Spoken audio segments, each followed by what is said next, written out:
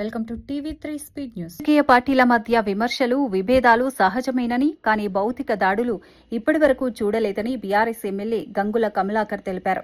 కరీంనగర్లోని MLA camp కార్యాలయంపై జరిగిన దాడి కేంద్ర మంత్రి బండి సంజయ్కు తెలిసే జరిగిందని ఆరోపించారు.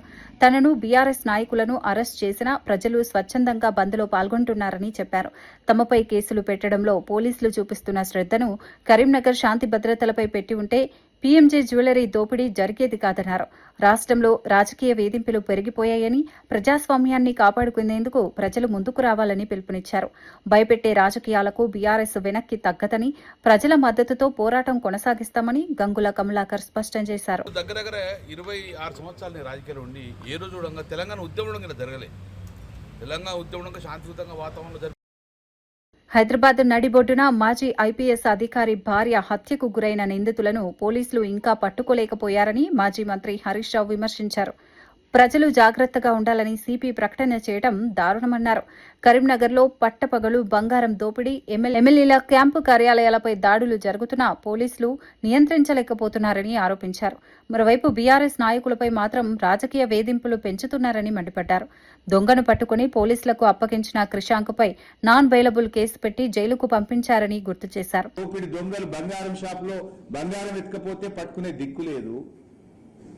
ఎమ్మెల్యేల క్యాంప్ ఆఫీసర్ మీద దాడి చేస్తే కనీసం ఆపే పరిస్థితి లేదు. ఒక మహిళ అర్ధరాత్రి పూట హైదరాబాద్ లో నడిచే పరిస్థితి లేదు. కానీ బీఆర్ఎస్ నాయకుల మీద మాత్రం రాజకీయ వేధింపులకు కొదవలేదు. కేసుల మీద కేసులు పెట్టి, అక్రమ కేసులు పెట్టి, అరెస్టుల మీద అరెస్టులు పెట్టి, జైలు నుంచి బయటకు రాకుండా ఎంతమంది బీఆర్ఎస్ నాయకులను వేధిస్తుంది. ఇవాళ క్రిషాంక్ పోయి ఎన్ని రోజులైంది? క్రిషాంక్ చేసిన తప్పేంది? పశ్చిమ బెంగాల్ రాజకీయాల్లో కొత్త అధ్యాయం ప్రారంభమైంది. రాష్ట్ర తొలి బీజేపీ ముఖ్యమంత్రిగా సువేందు అధికారి ప్రమాణ స్వీకారం చేశారు. కోల్కతాలో జరిగిన ఘన కార్యక్రమంలో గవర్నర్ ఆర్ఎన్ రవి సువేందు చేత ప్రమాణం చేయించారు. ఈ కార్యక్రమానికి ప్రధాని నరేంద్ర మోదీ ముఖ్య అతిథిగా హాజరయ్యారు. పలువురు కేంద్ర మంత్రులు, ఎన్డీఏ పాలిత రాష్ట్రాల ముఖ్యమంత్రులు కూడా పాల్గొన్నారు. బెంగాల్లో బీజేపీ అధికారంలోకి రావడం దేశ రాజకీయాల్లో కీలక పరిణామంగా మారింది. రాష్ట్ర అభివృద్ధి, పారిశ్రామిక పెట్టుబడులు, మౌలిక సదుపాయాల విస్తరణపై కొత్త ప్రభుత్వం ప్రత్యేక దృష్టి పెట్టనున్నట్లు సమాచారం. సువేందు అధికారి నాయకత్వంలో బెంగాల్లో రాజకీయ మార్పులు వేగంగా కనిపిస్తాయని బీజేపీ వర్గాలు చెబుతున్నాయి.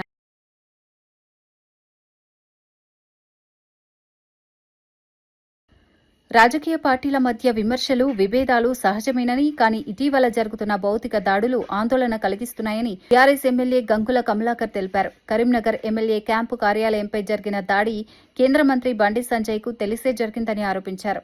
పోలీసుల దృష్టి అరెస్టులపై కాకుండా శాంతి భద్రతలపై ఉంటే పీఎంజే జ్యువెలరీ దోపిడీ జరిగేది కాదన్నారు. రాష్ట్రంలో ప్రజల భద్రత కంటే రాజకీయ ప్రత్యర్థులపై చర్యలకే ఎక్కువ ప్రాధాన్యత ఇస్తున్నారని విమర్శించారు. ప్రజాస్వామ్యంలో భిన్నాభిప్రాయాలు సహజమే, కానీ దాడులు అంగీకారయోగ్యం కాదన్నారు. కరీంనగర్లో జరుగుతున్న పరిణామాలు ప్రజల్లో భయాందోళనను కలిగిస్తున్నాయని, ప్రభుత్వం వెంటనే చర్యలు తీసుకోవాలని గంగుల కమలాకర్ డిమాండ్ చేశారు.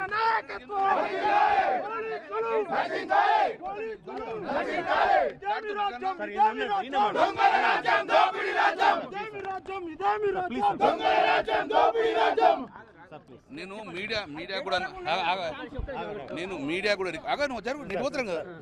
రిక్వెస్ట్ చేస్తున్నా. ఇంత అరాచమా? నేను దొంగనా? 4 సార్లు గెలిచిన ఒక మాజీ మంత్రిని. నేను శాంతియుతంగా నా ఇంట్లో ఉండడంగా నన్ను నిర్బంధం చేసి కాదే, యాంటీ సోషల్ ఎలిమెంట్స్ నిర్బంధం చేయండి, దొంగలు నిర్బంధం చేయండి, ప్రజల రక్షణ కల్పించండి. ప్రజల ఆశ్రమం మీద ధ్వంసం జరుగుతుంది, ప్రభుత్వ ఆశ్రమం మీద ధ్వంసం.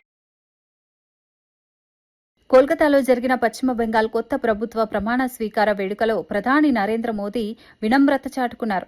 బెంగాల్కు చెందిన 97 ఏళ్ల సీనియర్ బీజేపీ కార్యకర్త మకన్ లాల్ సర్కార్ కాళ్లకు నమస్కరించి ఆశీస్సులు తీసుకున్నారు.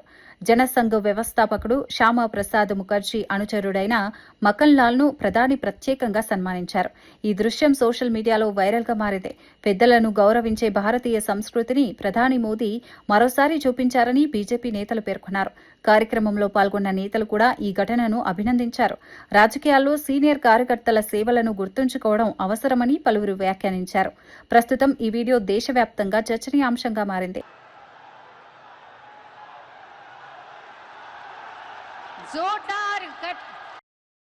తెలంగాణ రక్షణ సేన అధ్యక్షురాలు కల్వకుంట్ల కవిత పాలమూరు రంగారెడ్డి ఎత్తిపోతల ప్రాజెక్టుపై గత బీఆర్ఎస్ ప్రభుత్వం తీసుకున్న నిర్ణయాన్ని తీవ్రంగా విమర్శించారు. జూరాల నుంచి నీరు తీసుకురావాల్సిన ప్రాజెక్టును శ్రీశైలం నుంచి మళ్లించడం తెలంగాణ చరిత్రలో క్షమించరాని తప్పిదమన్నారు. రంగారెడ్డి జిల్లా జిల్లేడు చౌదరిగూడెంలో జరిగిన టీఆర్ఎస్ పార్టీ తొలి బహిరంగ సభలో ఆమె మాట్లాడారు. పాలమూరు రంగారెడ్డి ప్రాజెక్టు పూర్తి కోసం తమ పార్టీ నిరంతరం పోరాటం చేస్తుందని తెలిపారు. ఈ ప్రాజెక్టుకు జాతీయ హోదా కల్పించాలని కేంద్రాన్ని డిమాండ్ చేశారు. ఒకవేళ బీజేపీ మద్దతివ్వకపోతే భారీ ఆందోళనలు చేపడతామని హెచ్చరించారు. టీఎంసీ నీళ్లు శ్రీశైలం నుంచి ఎత్తిపోసుకోవాలంటే ప్రధాని నరేంద్ర మోదీ సభ తర్వాత తెలంగాణలో పెద్ద రాజకీయ మార్పులు వస్తాయని కేంద్ర మంత్రి బండి సంజయ్ అన్నారు. మే 10న జరగనున్న జన ఆగ్రహ సభకు మద్దతుగా ఆర్టీసీ క్రాస్ రోడ్స్ నుంచి నిర్వహించిన బైక్ ర్యాలీలో ఆయన పాల్గొన్నారు. తెలంగాణ అభివృద్ధికి కేంద్ర ప్రభుత్వం కట్టుబడి ఉందని చెప్పారు. వేల కోట్ల రూపాయల అభివృద్ది పనులు కేంద్ర నిధులతో జరుగుతున్నాయని వివరించారు. కాంగ్రెస్ ప్రభుత్వం తెలంగాణ వనరులను ప్రజల కోసం కాకుండా కాంగ్రెస్ నాయకుల ప్రయోజనాల కోసం ఉపయోగిస్తోందని ఆరోపించారు. ప్రజలు బీజేపీకి అవకాశం ఇస్తే తెలంగాణ వేగంగా అభివృద్ది చెందుతుందని బండి సంజయ్ పేర్కొన్నారు. మోదీ నాయకత్వంలో రాష్ట్రానికి మరిన్ని ప్రాజెక్టులు తీసుకువస్తామని హామీ ఇచ్చారు. కట్టుబడి ఉన్నామని చెప్పి తెలంగాణ రాష్ట్ర ప్రజల యొక్క ఆశీర్వాదం కోసం తెలంగాణ రాష్ట్ర